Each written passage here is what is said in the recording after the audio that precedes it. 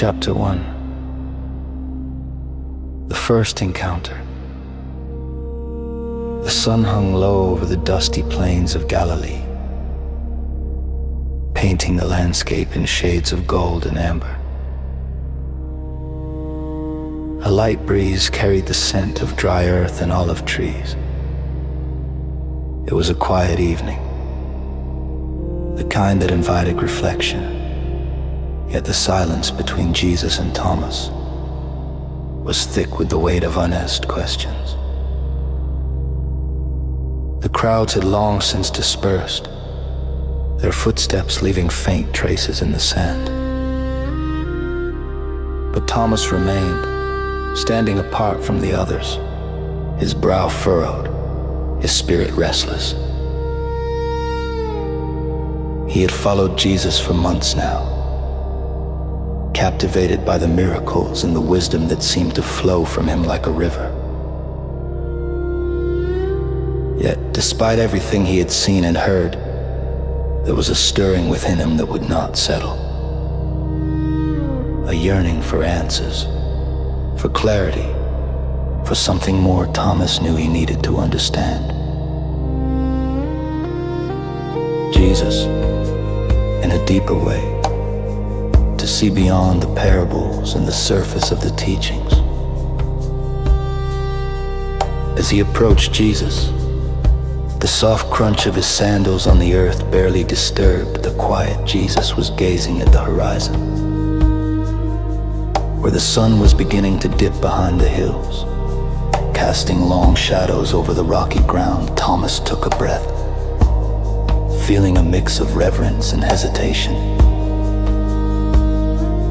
"Master," Thomas began, his voice low and tentative, "you speak often of the kingdom of God, but I still don't understand. Where is it? How can we see it?"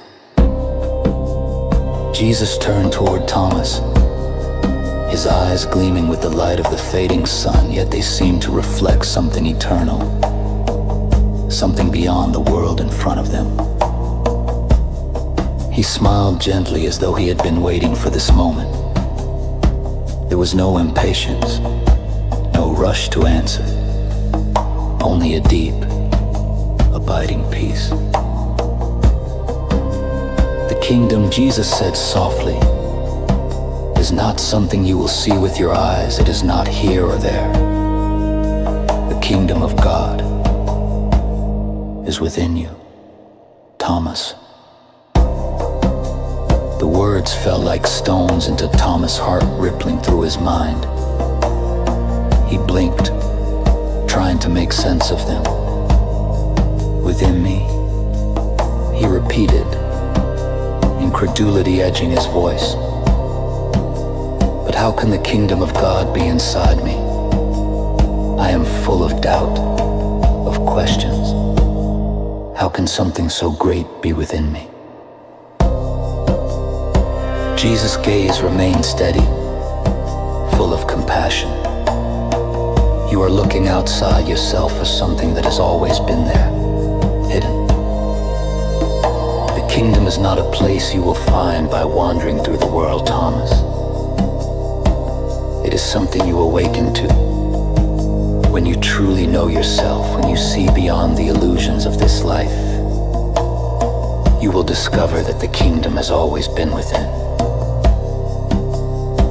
Saying one, "Those who seek will find. Those who search deeply will discover the hidden treasure within." Thomas' chest tightened as Jesus spoke. The idea that something so profound, so holy could exist within him seemed almost too much to bear.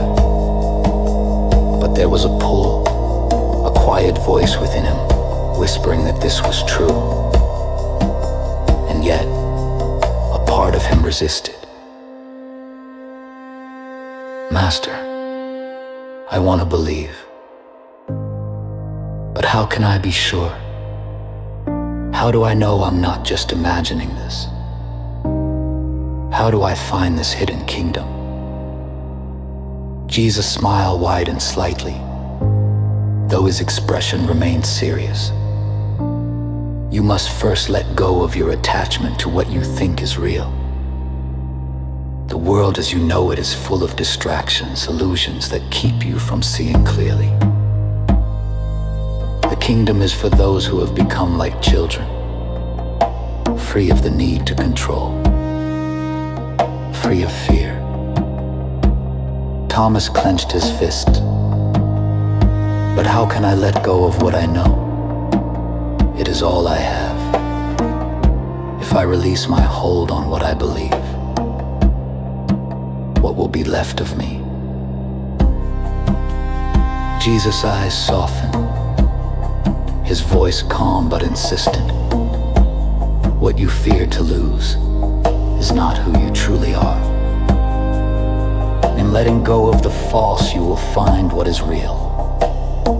The self that you cling to is an illusion, a mask. When you let it go, you will see the truth. Saying two, let go of what binds you to the world and become like a child, innocent, free, and open to the truth. Thomas stood in silence, the weight of Jesus' words pressing on him.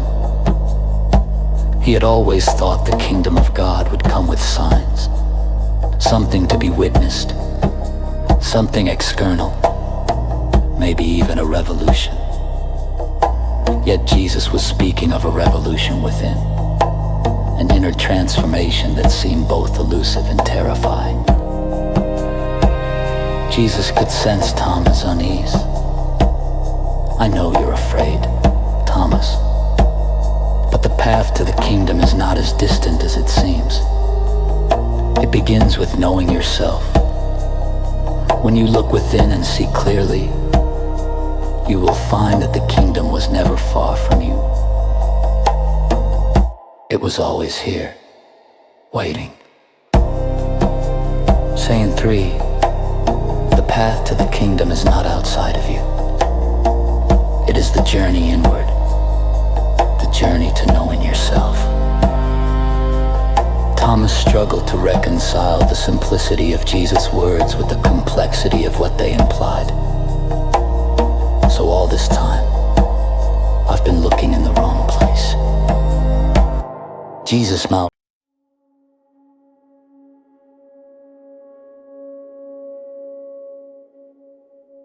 Jesus nodded. The world offers many things that seem real, but they are fleeting. The kingdom, however, is eternal. It does not come and go. It is not something you earn or achieve. It is something you realize. When you stop searching for it outside, you will find it where it has always been. Thomas shook his head slightly, his confusion deepening. But why, Master? Why is it hidden? Why can't everyone see it?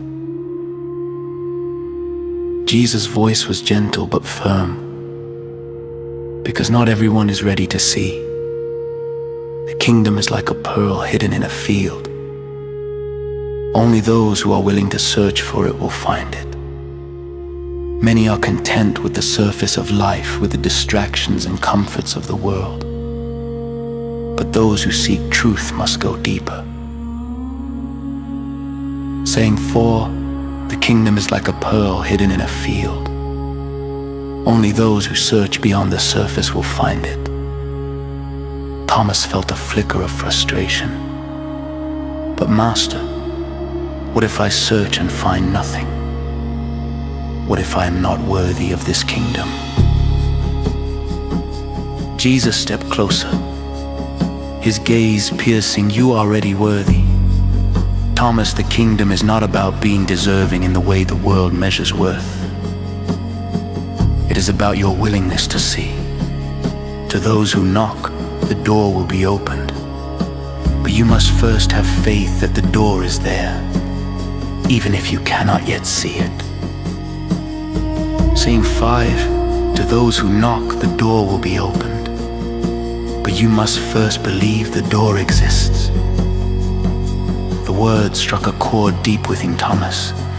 He had been so preoccupied with his own doubts, with his fear of not being enough, that he had forgotten the simple truth that faith is the foundation of all seeking. But how do I have faith, Master? I feel lost, like I'm wandering in the dark. Jesus reached out, placing a hand on Thomas' shoulder. The light you seek is already within you. You are not lost, Thomas, you are awakening. The darkness you feel is only the beginning of the journey. It is in the depths of the night that the light begins to shine. Saying 6, the light you seek is within you. In the darkest night, the light begins to shine. Thomas felt the weight lift slightly from his chest, but the enormity of the path before him still loomed large. And when will I know? When will I see this kingdom? Jesus' voice softened, almost a whisper. When you no longer need to ask, when you realize that the kingdom is not something separate from you, but that you and the kingdom are one, then you will know you have arrived. Saying 7, when you realize you and the kingdom are one, you will know you have arrived. For the first time, Thomas felt something stir within him. Not fear, not confusion, but a quiet sense of understanding, as though a veil had been lifted, even if only slightly. I will search, Master, Thomas said, his voice more certain now. I will seek the kingdom within. Jesus smiled, the warmth of his approval radiating in the fading light. And when you find it, Thomas, you will see that it was never far from you. You will understand that you have always been part of it. Saying 8, when you seek the kingdom within, you will find that you have always been part of it. The sun had fully set now, the sky a deep indigo, but the two men stood in the twilight, their conversation a beacon of light in the growing darkness. For Thomas, this was not the end, but the beginning, a step into the unknown, a journey inward. As they began to walk back, the quiet stretched between them, but it was no longer heavy with uncertainty. Instead, it hummed with possibility, with the promise of discovery. Saying 9, the kingdom is not distant, but near. It is as close as your own breath, as near as your own heart. Saying 10, seek, and you will find. Knock, and the door will be open to you.